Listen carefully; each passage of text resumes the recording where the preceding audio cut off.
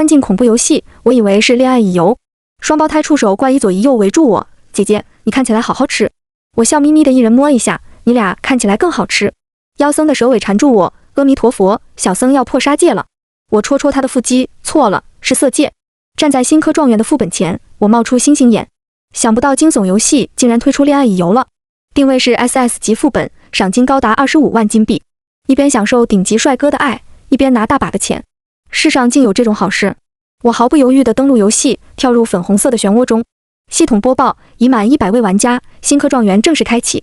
两情若是久长时，又岂在朝朝暮暮。祝各位玩家醉死温柔乡。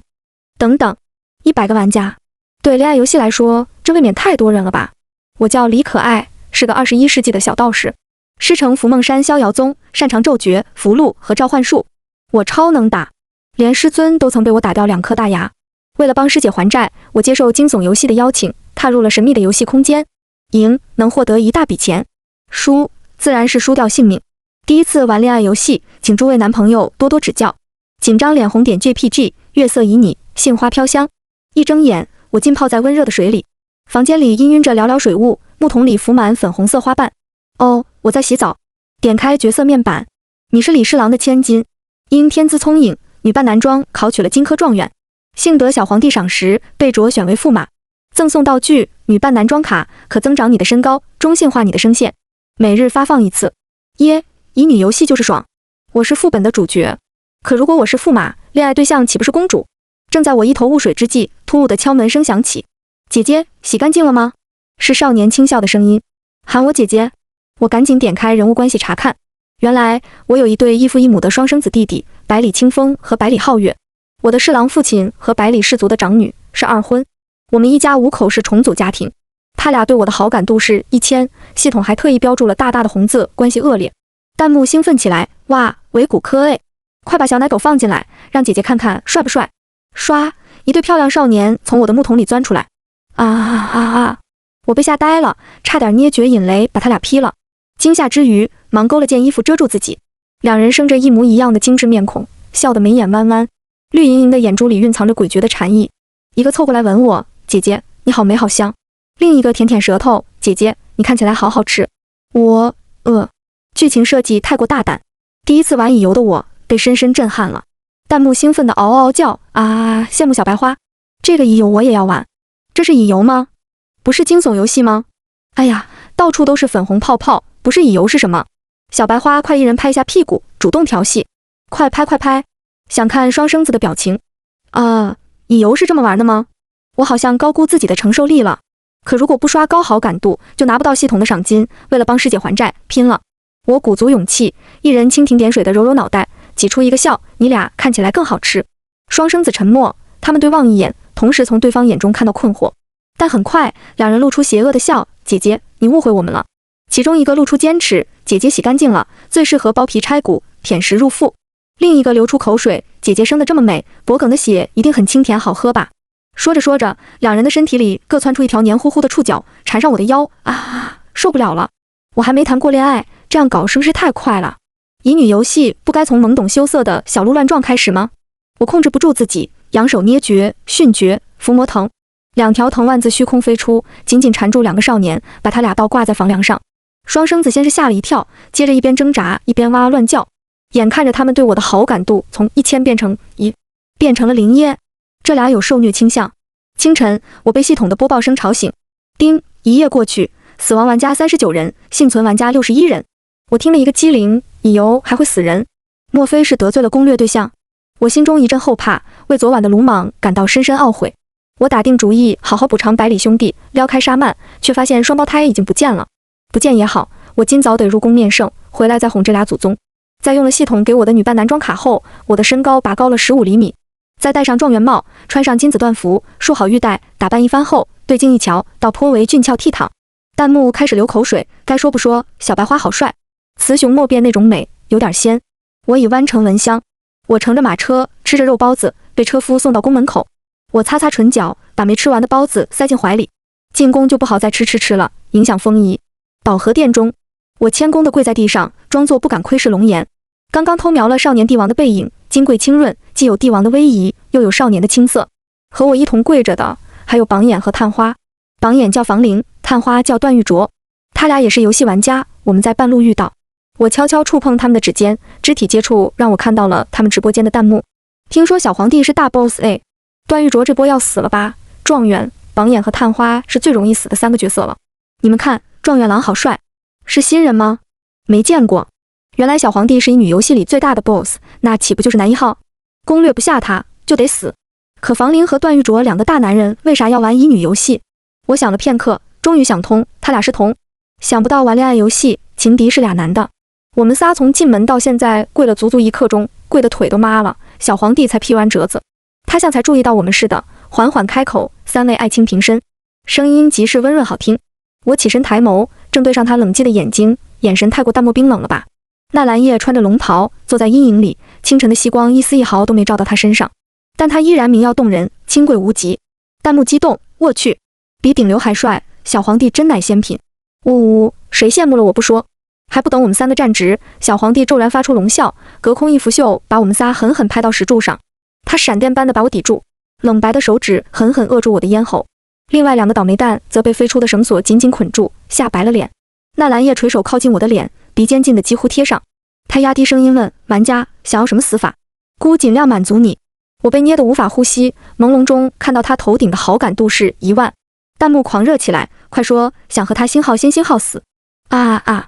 我是会员，我要看细节。说想和他同生共死，我是海后听我的。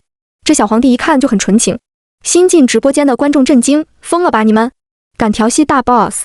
我本能的想反抗，可忽然想起早上系统的死亡播报，万一惹恼了攻略对象，系统说不定会罚我去死一死。略微斟酌，我含情脉脉地凝望着他，臣想为陛下殉情，臣想和陛下生同亲，死同学。榜眼和探花目瞪口呆，嘴巴张得能吞下太阳和月亮。小皇帝僵住，像被雷劈了。看到他们的反应，我有少许得意。半晌，小皇帝从牙缝里挤出一句话：“你有龙阳之好，竟还敢应下和乐阳的婚事，孤诛你9族。”糟糕，忘了我女扮男装了。还不等我想好接下来该怎么解释，窗外书弟射进一支利箭，刺向皇帝的胸膛。有刺客！我眼疾手快，抱着他翻身，用肩膀替他挡箭，鲜血流出，染红了金袖。其实凭我的身手，能轻易地抱着他躲开，但为了攻略，我决定来个苦肉计。果然，小皇帝扶住我，急呼道：“传太医！”榜眼和探花彻底懵逼，弹幕各执己见，鸡同鸭讲。哎呀，小白花太会了，这下小皇帝的心归他了。学到了，我要拿小本本记一下。你们在歪歪什么呢？大 boss 可是吃人的妖魔呀。另外，小白花是谁？楼上别慌，我也是新来直播间的。我猜状元郎是男烫，他看上大 boss 了。楼上的，你可真会猜。外面吵吵嚷嚷的抓刺客，榜眼和探花蔫巴巴的被绑着。我躺在龙榻上，太医殷切地给我包好了伤口，宫女小心地为我擦去额角的冷汗。待一切都处理停当，小皇帝摆手，太医和工人恭顺地匆匆退下。纳兰叶在寝殿里踱来踱去，最终踱到窗边。窗外阳光和煦，一束梨花盛放，清风一送，梨花月白的瓣子落在他的肩头，愈发衬得他容色屹立。他转头一道：“你不是玩家？你若是玩家，又怎会就孤？”像是想通了，小皇帝含笑看着我，略有抱歉道：“是孤错怪爱卿了。”可很快，他又换上冷冰冰的神情：“李清救孤有功，对孤出言不逊有过，功过相抵。你与乐阳的婚事，孤可以收回。但你若敢再提刚才那番话，纳兰叶静默地逆视我，不怒自威。”我咬唇不言，做心碎状。小皇帝微微蹙眉，无奈扶额。随即他拍拍手，霎时屋外涌上来密密麻麻的黑影，遮天蔽日，如暗夜忽至。那是什么鬼东西？我呆住，以由还带惊悚元素。孤命你们不许伤他。纳兰叶沉声指着我，极有天子气派。他头顶的好感度变成了5。告别纳兰叶，告别了被关进天牢的2个倒霉蛋榜眼和探花，我捂着受伤的胳膊向宫门口缓缓行去。我一边走一边遗憾，既然攻略对象都是人脉，为啥没来个可爱的毛茸茸？撸毛一定很柔软，很解压，想想心都要融化。路过御花园时，一抹红影掠过，身姿飘逸如仙。那影子明明已飘出老远，侍卫仍纷纷跪地拜他，恭送天师。宫女们端着糕点，红着脸探头探脑的遥望。天师好俊呀，你们看清他的脸了吗？傻姐姐，没看清你还说好俊？你们看他的背影，不是神仙是什么？这红衣天师的背影好生眼熟。我凌风踏叶，悄悄跟了上去。皇宫极大，我一路追到一个偏僻的园子里，里面杂草丛生，青苔染了墙，蜘蛛爬了梁，像是荒废已久。破匾上锈迹斑斑地写着“甘棠殿”3个大字。甫一踏进门，就见破败的宫室内，一个俊美至极的妖僧斜卧在干草堆上。我微微惊讶，神隐。神隐是我在之前的副本里认识的大神，但不太熟。他听到我喊他，微微掀起眼皮，沈笑着瞥了我一眼，送上门的小点心吗？他的声音轻媚带钩，言辞也奇怪。我一低头，睹到草堆中藏着一截雪白的蛇尾，他的下半身变成了蛇。他不是神隐。我后退2步，砰！大门在我身后猛地关闭，震起飞灰，轰隆隆的雷声炸起，狂风急行，暴雨将至。弹幕有人疑惑，神隐大人怎么怪怪的？这个红衣圣僧肯定不是神隐大人，是系统根据他建模做的 NPC。哇，是第4位男主吗？小白花速速攻略。嘿嘿，我流口水了。禁欲圣僧最带感了，弹幕搞错了吧？眼前这个酷似神隐的妖魔禁欲吗？他血红的眼瞳里盛满了欲望，他简直是欲本身啊！这样一来，倒很好攻略。我轻咳一声，乐颠颠地跑过去，来啦，来啦！见我一点想逃的意思都没有，妖僧有一丝讶异，蛇尾缠上我的腰，我被围困其中，与他紧紧贴在一起。我好奇地捧起他的脸，喃喃自语：系统这个建模做得可真精细，连眼角的红痣都一模一样。他拨开我的手，吐出蛇信子，舔了下我的耳垂，很痒。我心中一抖，阿弥陀佛，小僧要开荤了。妖僧双手合十，露出蛇一样的尖齿。接着，书弟按倒我，像要吃人似的。我呆住，你要干嘛？他冷笑一声，破杀戒。我抱着他翻了个身，反把他按倒在地，伸手戳他腹肌，笑眯眯地纠正：错了，是破色戒。妖僧雷声轰隆，暴雨倾盆而下，闪电照得大殿忽明忽暗。我俩在破败的宫室内暗斗起来，各有上风。我不敢真与他动手，怕惹恼了攻略对象，被系统惩罚。他下手也颇为留情，不知在顾忌什么。当他再次把我按在身下时，女扮男装卡失效，我骤然变回原来的身形，青丝散落如瀑，唇瓣红润含珠。正要咬我脖子的妖僧怔住，脸刷得红了。是你？我当时涨红了脸。神隐，真的是你？他不是 NPC。我丢脸的想钻进地缝。我俩慌忙起身，各自整理衣襟。连妖僧神隐都出现了，我意识到我登录的副本不是恋爱一游。室外，雨水冲刷大地。室内，烛光昏暗跳跃。靠在雕败的大门上，他向我讲述了整个事件。新科状元是惊悚副本，每个玩家在登录后都会获得一个合法身份，比如新科状元、观星师、邪教教主、杀猪的屠夫、刚死1天的尸体、癞蛤蟆、草履虫等等，各有各的不幸。副本里分3个阵营，玩家、纳兰皇族和巫灵邪教，3个阵营互为敌人，没有同盟。玩家在进入游戏后会慢慢的变成妖魔，待玩家完全丧失自我意识，彻底变成妖魔后，会被系统宣告死亡。只有纳兰皇族的宝物玉壶冰心才能彻底治愈玩家的异变。信息量太大，颠覆了我对这个游戏的认知。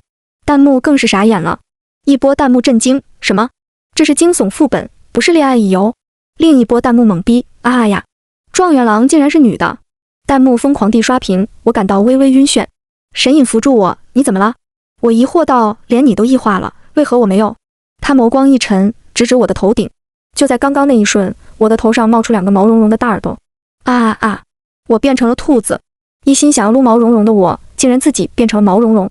神隐痴地笑了。我一直在思考，玩家异化的进度为何如此不同？有人一进游戏就瞬间异化成妖魔，有人则慢一些，而你竟然直到现在才异化。现在我知道答案了。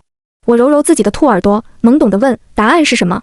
他定定地看着我，道：异化速度取决于玩家对这个副本的认知和玩家的意志。对这个副本认知的越深，异化的越快。这也意味着越接近副本真相，越容易变成妖魔。而个人抵抗异化的意志力越强，异化的越慢。这则意味着只有拥有极强大的心力，才能破局胜出。我听懂了神隐的话，原来我之前没有异化，是因为我一直把这个副本当成乙游，对这个游戏可以说毫无认知。砰！大门被推开，一个撑着清河绸伞的鲜衣少女站在门口，罗裙误如，要秒一休。她和我一样，生着一对兔耳，不同的是，她的整颗头都变成了兔头，身上覆盖着绒绒白毛。神隐，我们该走了。兔少女嫣然笑道。妖僧拂去身上尘土，以蛇尾站立以礼行去。兔妖瞥见我，你是道士？我点点头。他双手合十，笑眯眯的请求：听闻道士会炼制丹药，我的同伴受了很重的伤，可以给我一些吗？这次进副本，我带了3瓶药，于是送了他2瓶。兔妖雀跃着道谢。看他可爱的模样，我真想撸撸毛，最后还是忍住了。瓢泼暴雨渐停歇，绮丽的霞光铺洒半边天。看着他们2人相伴消失在暮色之中，我的心中升起一丝羡慕。夜半侍郎府，微云淡河汉，骤雨打落的杏花铺了一地。庭院的水洼里潋滟着墨青的天色。我本想服食丹药疗伤，倏尔想到留着伤口，也许能牵制小皇帝的心。洗漱停当，正准备熄灯睡觉，窗边突然冒出2个脑袋，双生子举着蜡烛，火光映红他们的脸。姐姐，昼短苦夜长，何不秉烛游？看着他俩绿莹莹的眼珠，我忽想起下午神隐和我说的话，完全变成妖魔的玩家会被系统宣告死亡，这俩货就是死亡玩家吧？但失去心智的他们是否仍有复活的机会呢？百里清风和百里皓月被我盯得兴奋起来，两人撒娇似的一连串的呼唤道：姐姐，姐姐！我冲他们勾勾手指，过来。2个少年一前一后翻窗跳进来，迅诀伏魔藤，2条树藤飞出，再度将少年们倒悬梁上。我一人为了颗护心丹，冷着脸命令，含着。果然，看我对他们没有好脸，双生子的眼中溢满热切的爱意，头顶的好感值直飙2万。护心丹能退心魔，守神魂，可惜只是辅助作用，关键还要看每个人自己的心智。但这种时候了，死马当活马医吧。日上3竿，丁，系统通报，一夜过去，死亡玩家73人，幸存玩家25人。我放下茶杯，眸光微漾，不是100个玩家吗？怎么加一起只有98人？下一刻，系统给出解答，特殊通报，玩家百里清风，玩家百里皓月陷入薛定谔的死亡状态。我嘴里的茶差点喷出来，好一个半死不活的状态！我连忙掀开帷幔，查看双生子的情况，待把他们放躺于浴榻后，探鼻息，摸心跳，切脉搏，均没异常。兄弟俩嘴里的护心丹倒是化了，我赶紧又个塞里。要是能救活他们，我师姐也算功德无量。毕竟这些丹药是我搬空了他的丹房搞来的。异化成兔子后，我周身的气散泄营符很难收敛调和，连召唤术都使不出，只能凑合耍些小术咒诀，战斗力大打折扣。系统卑鄙，又限制小白花的武力值，没必要怪系统吧？其他玩家也一样呀。思量再三，我决定继续攻略小皇帝。玉壶冰心在他手中，若能智取就不动手了。汇风合唱，春意缱绻。我用掉系统新发的女扮男装卡，摇着折扇，施然进攻了。皇帝虽没召见我，但得主动找机会讨他欢心不是？锁定目标，主动出击。我本想进攻耍耍嘴皮子，不成想正赶上一场刺杀。宫中暗箭骤雨飞，刀剑锋芒凛。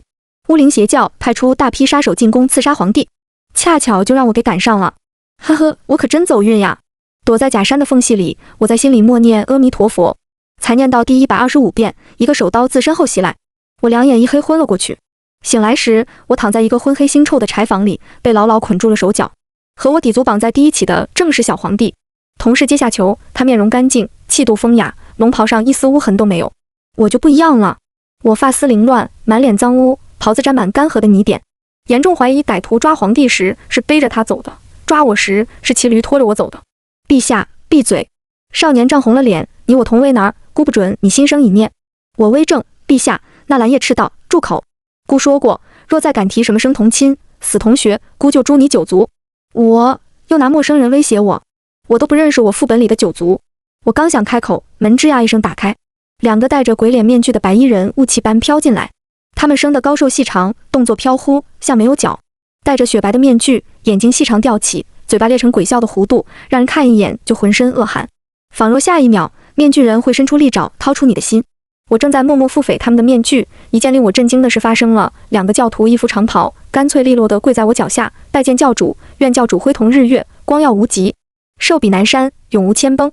时间倏地静默了，每一秒都被无限拉长。月色下纷扬着银色尘埃，我懵逼地指指自己，你们拜我？纳兰叶偏头睨我，眸中难掩惊讶和愤怒，他怀疑我是内奸。丁，恭喜玩家解锁新身份，邪教教主。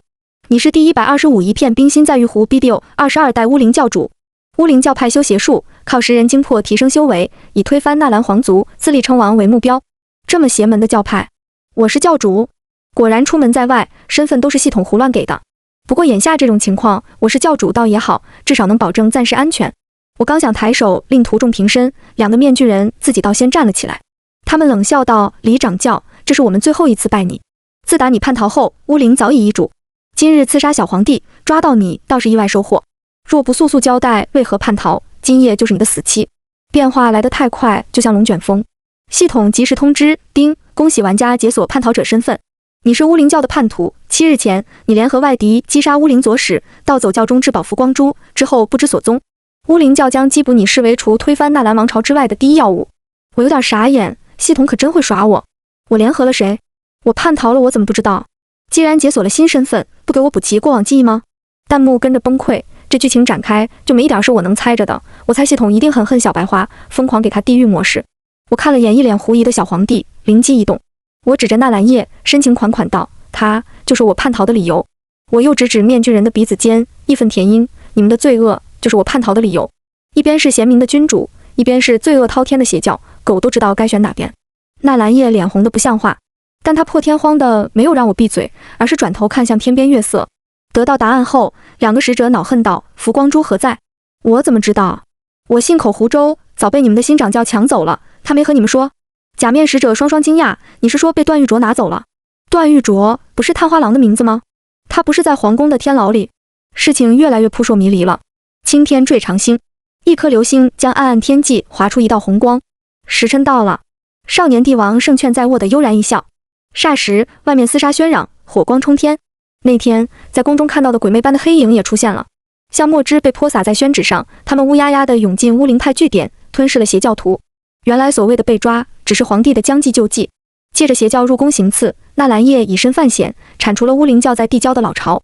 在返回皇城的路上，我们被邪教的余党伏击了。历史重演一般，数支冷箭自暗中射来，我抱住皇帝，为他挡住最致命的一支。李青，我肩上的伤还没好利索，为救小皇帝，腹部再次中箭。我苍白的脸映入他清润的眸中。陛下，臣救驾2次，能不能……话还没说完，随着气散神溃，我那毛茸茸的兔儿冒了出来。紧接着，女扮男装卡也失效了，青丝铺洒，袖袍扩大。纳兰叶震惊：“你是女子？”弹幕激动极了：“小白花好美！”哎嘿嘿，小白花双眸恋星，小皇帝看直了眼睛，哇咔咔，给我磕起来！楼上的大，笔给你，快让我磕生磕死！呜呜呜！终于发现她是女孩子了，我目光盈盈地看着她，额上冒出细密的汗，纤瘦的手紧紧攥住她的衣领，挣扎着问：“能不能允臣一试？”言尚未尽，在她失措的目光中，我昏死过去。再次醒来时，我躺在龙榻上，正午的阳光亮得晃眼，案台后纳兰叶捧着一卷书读得专注，看样子我睡了很久。苦肉计有没有用？就看一会儿他肯不肯给我玉壶冰心了。我轻轻咳了一声，装作将醒不醒。纳兰叶闻声匆匆走过来：“李青。”我揉揉惺忪睡眼：“陛下。”少年帝王笑着握住我的手：“孤知道你想要什么，孤允你。”我惊喜道：“多谢陛下，臣想要玉壶冰心。”纳兰叶怔住。我胡诌自己中了妖毒，再逐渐异变，若没了这件皇家至宝，很快就会死掉。我也不算说谎，彻底异化为妖魔，系统会判定我死亡。好歹救过他2回，宝物能借我用用吧。弹幕叹息：“你们看小皇帝的眼神，他好像碎了。”哎，才刚交付真心，就发现真心错付，楼上都在真情实感什么 ？NPC 就是一串代码呀，玩家在昏头也得保命为先啊。NPC 就没感情吗？就算你们说我恋爱脑也无所谓，我就是看不得人心碎。我心一揪。弹幕说的没错，纳兰叶听完我的话，身形微晃，正中半晌。也许他把我的2次相救当作倾慕之举，也许他先前还曾考量猜测的多深的爱慕，会让我2次舍命救他。他不知道的是，我救他本质是为了救我自己。就在我以为他可能一气之下拂袖而去时，少年帝王突然开口：“孤懂了。”孤允你。玉壶冰心竟是一幅画，而且是平平无奇的一幅画，怎么看都不像宝物。侍卫小心翼翼地捧着它，这儿重之地交到我手里。小皇帝一副公事公办的调调：“你就孤2次，孤借你3日。”我忙谢。谢过之后，我快活又细致地琢磨起手中的宝画，时而蹙眉疑惑，时而凝神细思，一对兔耳随着心境晃来晃去。一个不察，竟被少年撸了耳朵。他见我愕然，手指僵在半空，片刻笑意浮上眼角，好软。我瞪他一眼，捧着画躲到角落，对着日光寻找解除异变之法。午膳是与小皇帝一同吃的，珍馐佳肴，引人留闲。他却不吃，只是笑吟吟地看我吃。我起初还大快朵颐，兔耳乱晃，发觉他在凝视我后，心中赧然，小皇帝不会动心了吧？罪过！为了活命去骗人真心，我真该死啊！春日晴好，我吃饱后，捧着画走到日光下，席地而坐。少年帝王专心批改公文，时而朱批几句，时而龙飞凤舞点个月。在侍郎府时，曾听 NPC 父亲提过2句，言陛下贤明，心怀百姓，富有韬略。现在一看，也很勤勉。晚霞和银溪2个小宫女，一个围炉煮茶，一个执扇铺碟。清风徐来，送来梨瓣几簇，梨花香、青梅茶香混合着笔墨的气味，在空气中悠悠荡开。在惊悚副本里，我竟升起一种闲适悠然之感，心灵愈贴安宁。姑娘，茶煮好了。晚霞眉眼弯弯，一笑侧脸有个酒窝，一点都不像鬼怪。银溪也是，小皇帝也是，都像活生生的人，与我们玩家别无二致。我指尖的光点消失，古画毫无反应。因消耗了大量的气，我头晕目眩，浑身是汗。这已是我试验的第10次。弹幕疑惑，这个玉壶冰心不会是假的吧？不会吧？小皇帝看着清风霁月的，不会做这种事吧？连大 boss 都敢信。我担心小白花上当，有没有以前看过的观众来答疑一下？一个叫阿来的观众跳出来，姐妹，你真是问对人了，我看过唐神通关过这个副本。玉壶冰心是个玉壶，里面藏着一粒永远不化的冰晶，傻子才会相信是一幅画。其他弹幕恍然大悟，小白花果然上当了，怎么办？纳兰叶这个骗子，信大 boss 果然是错。呜，你们看，女儿身上起白毛了。系统，求求你让她活下去吧，我连看她5场直播了，真的不忍心看她死。我摸摸手腕，不知何时冒出一层细细密密的兔绒毛，妖化严重了。被骗了吗？我喃喃自语。不成想，一仰头撞见纳兰叶幽深的眸子，像浪涛肆虐的漩涡。你怀疑我骗了你？少年冷声问。姑乃帝王，何至于骗你一个小小兔妖？我咬唇不答。他亦不语。我们之间仿若突兀地裂开一条深渊，遥遥把我们隔开，咫尺比天涯还遥远。在纳兰叶的默许下，傍晚我把古画带回了侍郎府。一到家，我先给百里兄弟各喂了一颗护心丹。他俩和我离开时没什么变化，我自己也服食了疗伤的丹药，身上的伤口迅速愈合。就在我洗澡的片刻，一阵清风刮过，水雾氤氲中，桌案上放的玉壶冰心不见了。雾霭沉沉，柳涛如烟。我沿着河堤凌空踏叶，一路追赶，离那个偷画的影子越来越近。迅诀，借绿枝。岸边垂柳伸出枝条，帮我阻拦，然因我气散，这绿枝借得有气无力。又费了好一番周折，才终于在渡口堵住了贼。他戴着鬼笑面具，是巫灵派的。见我冲他飞奔，隔着遥遥的距离，邪教徒从怀中掏出古画，火光燃起，舔上卷轴。他枯瘦的指尖捏着半卷残画，高高举起，另半卷正熊熊燃烧。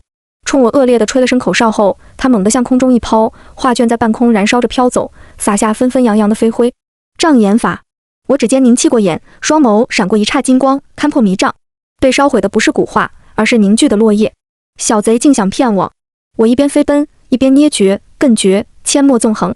面具人脚下的土地迅即拱起，活了般动荡起来。他情急之下，唰的纵身跳入水中，不见了。我不会浮水，竖着兔耳，在岸边急得团团转，恼恨之际，余光瞥见110人在水中飘来。好啊，混蛋！原来你也不会游泳，又被浪打回到姑奶奶这儿了。迅诀，伏魔藤，一截藤条冲出，将人卷起。定睛一看，竟是神隐。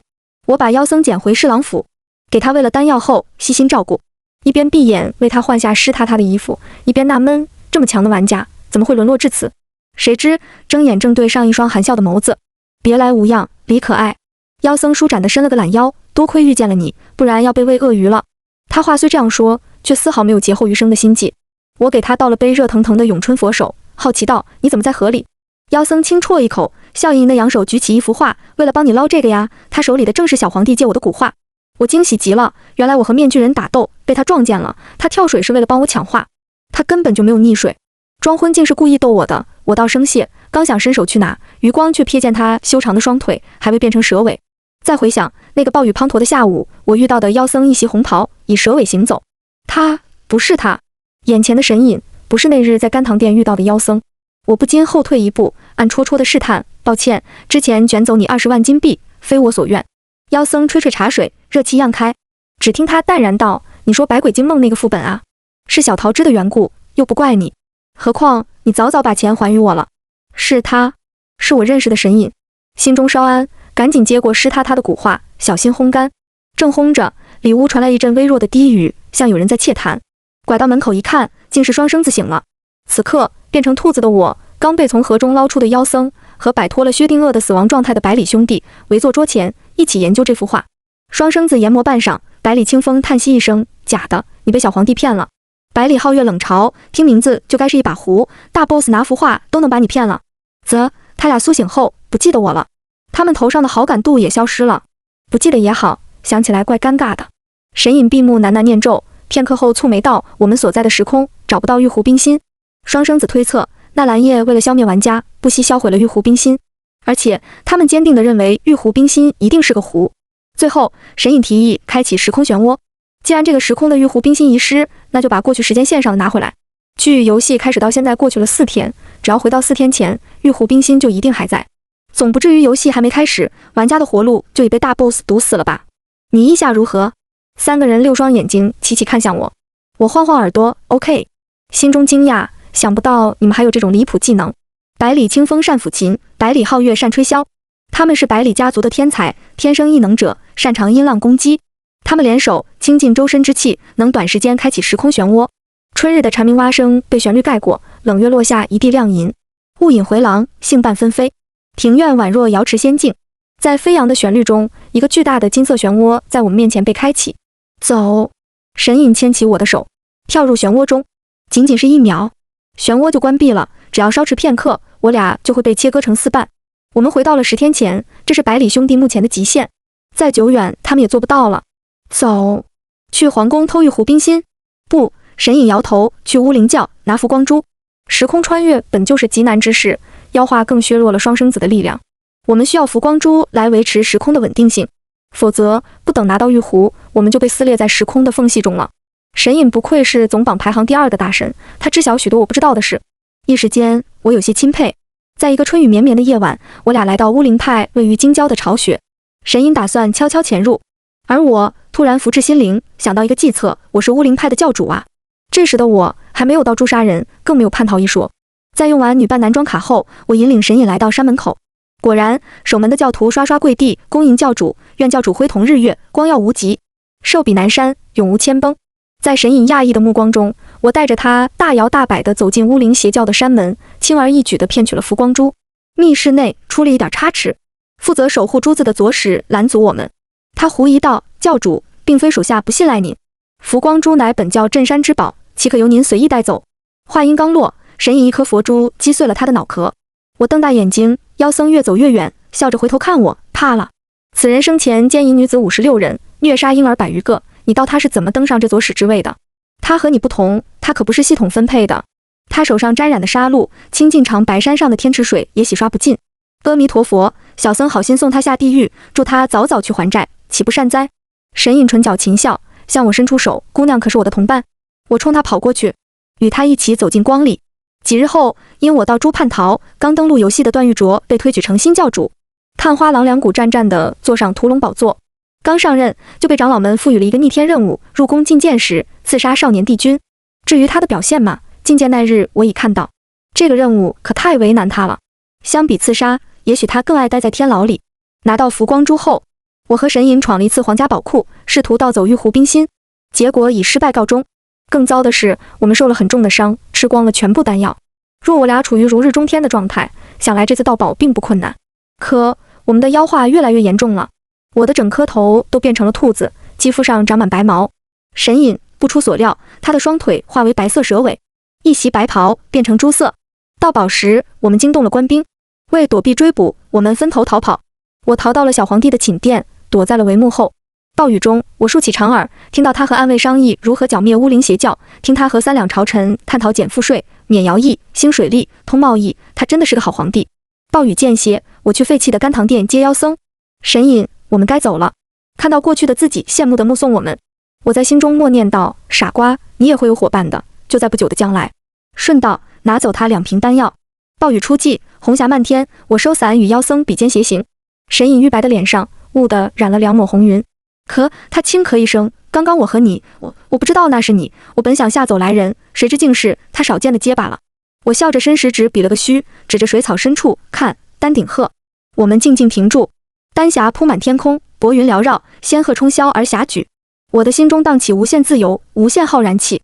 极目送飞鸟，斜阳水东流。皇家宝库难道？我想到一个机会。纳兰叶剿灭巫灵邪教后，因我舍命救他2回，他承诺取玉壶冰心借我3日。那时宝库大开，机关阵闭合，负责取宝的是小皇帝的亲信侍卫飞星和青阳，我们可以趁机盗宝。虽然那2个侍卫也不是吃素的，但这已是我和神隐最好的机会了。一切如愿。神隐用了隐形术，我俩提气凝神，机不可察地悄悄尾随2个侍卫，顺利进入宝库。宝库中缤纷璀璨，正中央被珍而重之寄放的是一卷画，烫金净白的宣纸上，工笔细画着一个莹润可爱的玉壶，不知采用了什么颜料和笔法，那壶栩栩如生，宛若真物。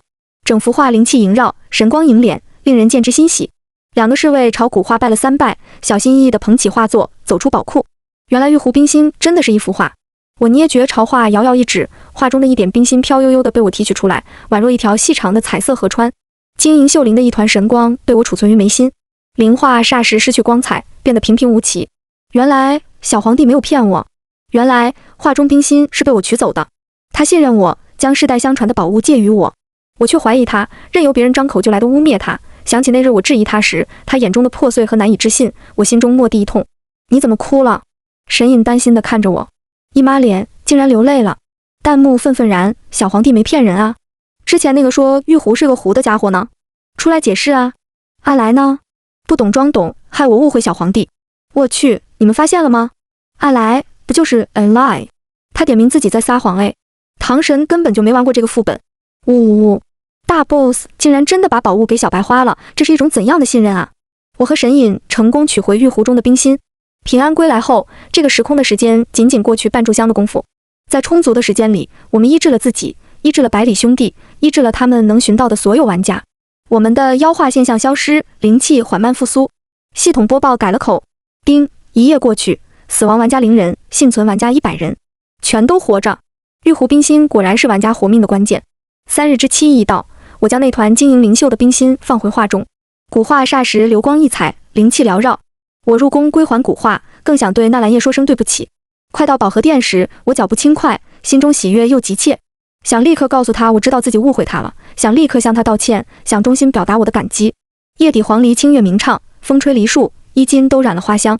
陛下，臣来还话。我跪在殿中，拱手上呈，却见他捧着一卷称紫色卷轴，冷声念道：李可爱，身份角色新科状元，邪教前任教主，技能身怀神仙骨，擅长咒诀、符箓和召唤术。你是玩家？你还有多少身份瞒着姑？他清幽的眸子里满含痛意，冷声质问：姑把你当朋友，你把姑当什么？卷轴被狠狠砸到地上，滚落展开在我膝前，隐约看见上面记录着玩家的信息：神隐、百里清风、百里皓月、段玉琢。我仰头道：我也把你当朋友。对不起，纳兰叶，我先前不该不信任你。现在我知道你借我的玉壶冰心是真的，我向你道歉。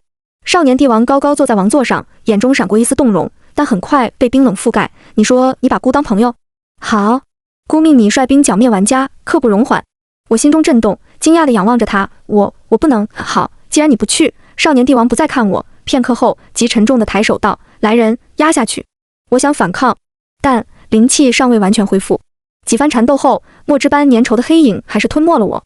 醒来时，我在天牢，对面关着2个老朋友房林和段玉琢。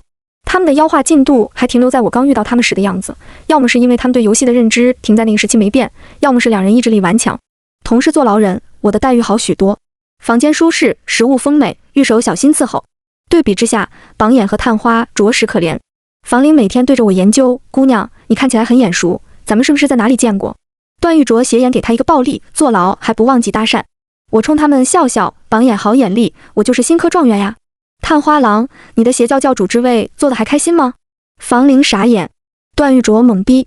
3日后，宫殿轰隆震动，碎石瓦砾雨点似的往下掉，接着地动山摇。段玉琢大骂：这豆腐渣工程！房林抱住脑袋：是地震，是地震！我握住天牢的栏杆：不是地震，上面出大事了！巨响不止，宛若地崩山摧。到底出了什么事？我凝神运气，3日来我每日都炼气调和，力量已差不多恢复完全。砰！我击碎天牢的栏杆，扬手捏诀，仙鹤引。一只仙鹤自虚空中飞出，身形巨大，将穹顶撞碎。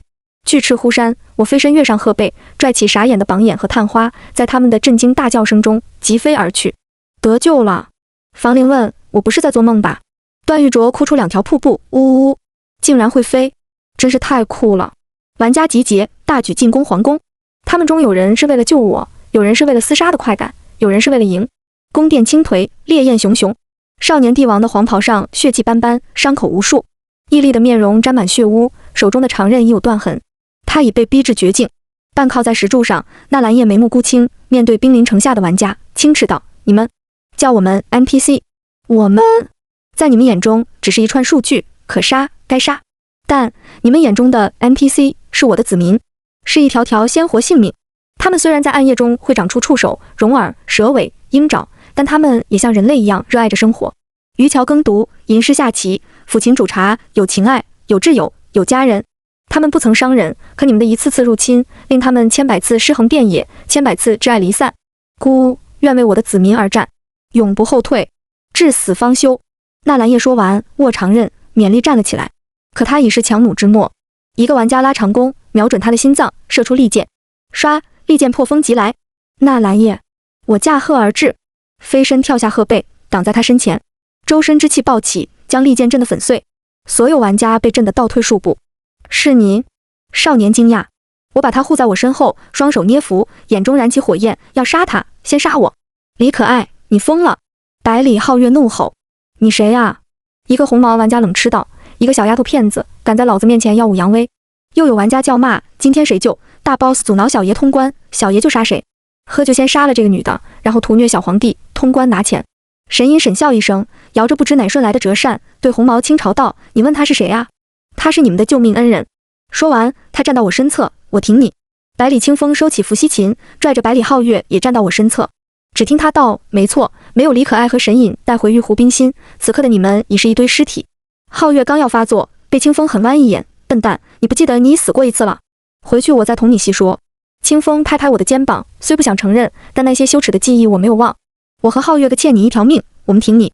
姑奶奶，竟然是你！金钱豹从人群里钻出来，想不到又见面了，嘿嘿，豹爷我挺你。蓝珊珊穿着公主的华服，雀跃着带领一队谢堂粉丝拨开人群。可爱姐，我们也在哦。要不是你，我们又死一回。我们挺你。张三伸了个懒腰，从角落里走出，触角一甩，猛地拍倒那个叫嚣的红毛。这不是巧了，偶像，我可是跟着你进这个副本的，找了好几天都找到你的影，想不到在这儿遇着了。还有我。神隐手中的折扇忽然化形，变成端木青。嗨，本想一直默默苟到胜利的，可这个时候不站出来挺你，就太不够朋友了。房林和段玉卓从鹤背上跌跌撞撞地爬下来，也站在了我身边。你救了我们，虽然还没搞清楚状况，但我们也挺你。我含泪笑道：好，不枉我一路走来一片真心，竟然交到这么多好朋友。我扶起少年帝王。纳兰叶，你放心，在我战死之前，你绝不会死。为什么？救我？他悠悠问，眸中泪光浮动。我张开双臂抱住他，因为你也是我的朋友。红毛从地上爬起来，恼恨道：所以就凭你们几个，就敢和我们这么多人为敌？另一个独眼玩家阴笑：你知不知道，如果在游戏里我杀死你是不犯法的？我捏斧冷笑：就凭你？我扬手捏诀，震诀，雷霆之怒。咔嚓，黑云涌动，霹雳彻空。9天之上起惊雷。轰然一声，叫嚣杀人的玩家们都被劈了个半死。新月湖，霎时风云变色，狂风骤起，一只巨大的九尾狐破空跃出，悠然地将独眼踩在脚下。独眼爆哭起来。片刻沉默后，所有玩家齐齐道：我们不打了。我就说玩家们各怀奇技吗？搞建筑的，养花草的，织衣服的，种稻谷的，各使绝技发展生产。仅仅半个月的光景，就平地起高楼，绿树发华姿，罗裙织锦绣，麦穗摇清风。我们在副本里又待了半个月，把搞的破坏都重建了一遍。一些性格活泼的玩家和 NPC 成了朋友，不仅一起干活，还结伴春游，甚至约好了暮秋来赏菊，凛冬来赏雪。没人再提杀小皇帝通关。半个月后，百里兄弟开启时空漩涡，纳兰叶割破手指，以龙血支撑玩家鱼贯离开。漩涡金芒盛大，龙气萦绕。在我踏进漩涡前，少年帝王突然开口，音如碎冰：李可爱，你还会回来吗？我回头。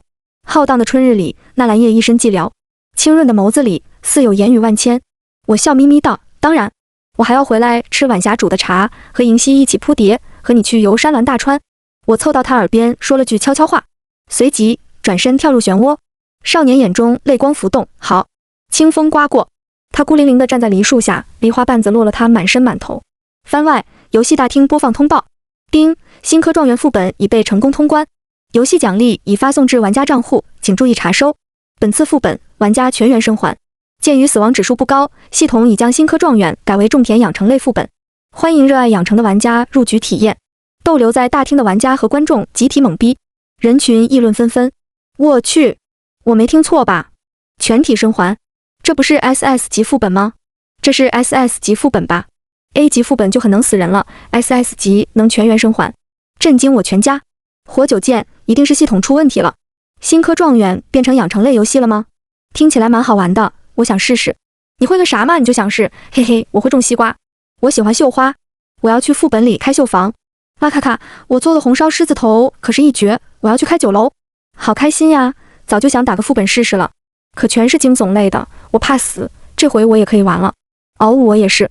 端木青八卦地凑过来，可爱姐，你悄悄跟小皇帝说什么啦？别以为我没看见。我一边喝着草莓奶昔，一边笑眯眯道，我说啊，哪天趁系统不注意，把他拐来咱们的世界玩，还告诉他咱们这边的草莓奶昔可好喝了。仰头，温柔的日光洒满全身，照得人幸福闲适，就像不久前那个明媚的午后。纳兰叶，我说话算数的，怎么去对待朋友比较好呢？自然是一片冰心在玉壶。